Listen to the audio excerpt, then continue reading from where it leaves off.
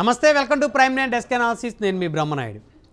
మొత్తానికి బందర్ పార్లమెంట్ నుంచి ప్రస్తుతం బాలశౌరి వైఎస్ఆర్ కాంగ్రెస్ పార్టీ తరపు నుంచి ఎంపీగా ప్రాతినిధ్యం వహిస్తున్నారు. అయితే ఇటీవల కాలంలోనే అటు బందర్ ఎంపీ బాలశౌరికి అదేవిధంగా వైఎస్ఆర్ కాంగ్రెస్ పార్టీ అధిష్టానానికి మధ్య పెద్ద ఎత్తున అయితే వివాదాలు అయితే చెలరేగుతున్నట్టు తెలుస్తూ ఉంది. బందరు పార్లమెంట్ కింద ఉన్నటువంటి నియోజకవర్గాలు సైతం ఆ నియోజకవర్గాల్లో ఉన్నటువంటి ఎమ్మెల్యేలు, అధికార పార్టీ ఎమ్మెల్యేలకి బాలశౌరికి మధ్య దాదాపు 2 సంవత్సరాల నుంచి అయితే పెద్ద ఎత్తున గ్యాప్ వచ్చిందని చెప్పుకోవచ్చు. ఇటు అవనగడ్డ శాసనసభ్యుడు సింహాద్రి రమేష్, అదేవిధంగా ఇటు బందరు ఎమ్మెల్యేగా ఉన్నటువంటి పేరు నానికి అదేవిధంగా బాలశౌరికి మధ్య గతంలో అనేక సంవత్సరాల నుంచి కూడా పెద్ద ఎత్తున అయితే వివాదాలు చెలరేగుతూ ఉన్నాయి.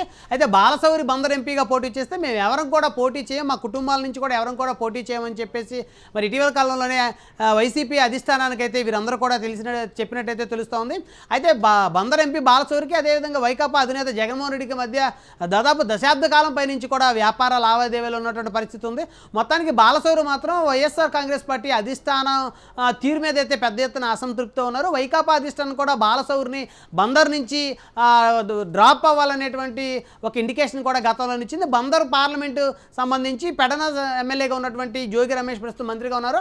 ఆయన బందర్ పార్లమెంట్ నుంచి వైఎస్ఆర్ కాంగ్రెస్ పార్టీ అభ్యర్థిగా పోటీ చేయాలనేటువంటి ఆలోచనలు అయితే వైఎస్ఆర్ కాంగ్రెస్ పార్టీ అధిష్టానం ఉన్నట్టు తెలుస్తోంది. అయితే బాలశౌరి మాత్రం ఇటీవల కాలం నుంచి వైఎస్ఆర్ కాంగ్రెస్ పార్టీ అధిష్టానం మీద అయితే పెద్ద ఎత్తున వ్యతిరేకత ఉన్నట్టు తెలుస్తూ ఉంది. ఎలాగైనా సరే బందర్ నుంచి పోటీ చేసి మళ్ళీ గెలవాలనేటువంటి ఉత్సాహంతో బాలశౌరి అయితే ఉన్నారు. వైఎస్ఆర్ కాంగ్రెస్ పార్టీ మీద తీవ్రమైనటువంటి అసంతృప్తితో ఉన్నటువంటి బాలశౌరి జనసేన పార్టీలో జాయిన్ అయ్యి అటు బందర్ పార్లమెంట్ నుంచి పోటీ చేసి ఎంపీగా నెగ్గాలనేటువంటి ఒక ఆలోచనతో ఇప్పటికే చిరంజీవి ద్వారా రాయబారాన్ని అయితే పవన్ కళ్యాణ్కి అయితే చేరవేసినట్టు తెలుస్తోంది. కానీ జనసేన అధినేత మాత్రం బందర్ పార్లమెంటు విషయం మీద అయితే ఆచితూచి అడుగులేస్తున్న పరిస్థితి ఉంది. బందర్ పార్లమెంటు కమ్మ ప్లస్ కాపు ఈక్వేషన్లో అయితే ఖచ్చితంగా భారీ మెజార్టీతో గెలిచేటువంటి అవకాశాలు అయితే పెద్ద ఎత్తున ఉంటాయి. ఎందుకంటే గతంలో అనేక సందర్భాల్లో తెలుగుదేశం ఇక్కడ నుంచి గెలుపొందినటువంటి పరిస్థితి ఉంది. ఇటు బందర్ పార్లమెంట్ వ్యాప్తంగా కాపు సామాజిక వర్గాలదే డామినేషన్ అని చెప్పుకోవచ్చు.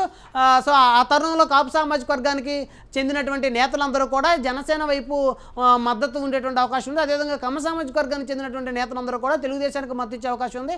కాబట్టి ఈ కాంబినేషన్లో బందర్ నుంచి ఎవరు పోటీ చేసినప్పటికీ కూడా టీడీపీ జనసేన అలయన్స్లో ఏ అభ్యర్థి పోటీ చేసినా కూడా పార్లమెంట్ అభ్యర్థిగా పోటీ చేసిన తరుణంలో గెలిచే అవకాశం ఎక్కువగా ఉంటుంది. అదేవిధంగా ఇటు విజయవాడ, అదేవిధంగా గుంటూరు, ఈ 3 పార్లమెంట్ సెగ్మెంట్లో ఖచ్చితంగా టీడీపీ జనసేన కూటమి లక్షల మెజార్టీతోటి గెలిచే అవకాశాలు ఉంటాయంటే ఇప్పటికే సర్వే రిపోర్ట్లు కూడా ఉన్న పరిస్థితి ఉంది. మొత్తానికి బాలశౌరి ఏదైతే విన్నపాన్ని చిరంజీవి ద్వారా పవన్ కళ్యాణ్కి పంపాడో పవన్ కళ్యాణ్ దగ్గర నుంచి అయితే ఇంకా గ్రీన్ సిగ్నల్ వచ్చినటువంటి పరిస్థితి లేదు. ఎప్పుడైతే జనసేన అధినేత నుంచి గ్రీన్ సిగ్నల్ వస్తుందో వెంటనే పార్టీలోకి జాయిన్ అవడానికి అయితే బాలశౌరి సిద్ధంగా ఉన్నట్టు తెలుస్తుంది. బాలశౌరి కనుక పార్టీలో జాయిన్ అయితే జనసేన పార్టీ కృష్ణా జిల్లాలో పెద్ద ఎత్తున బలం పుంజుకుంటుందని చెప్పుకోవచ్చు. అదేవిధంగా ఈ బందర్ పార్లమెంట్ సీటుకి సంబంధించి ఇటీవల కాలంలో తెలంగాణ ఎన్నికల్లో కూకట్పల్లి నియోజకవర్గం నుంచి పోటీ చేసిన ముమ్మారెడ్డి ప్రేమ్ కుమార్ కూడా ఆ బందర్ పార్లమెంట్ నుంచి జనసేన అభ్యర్థిగా పోటీ చేయాలనేటువంటి ఒక ఆలోచనలో ఉన్నట్లయితే ఆయన సన్నిహితులు చెప్తా ఉన్నారు.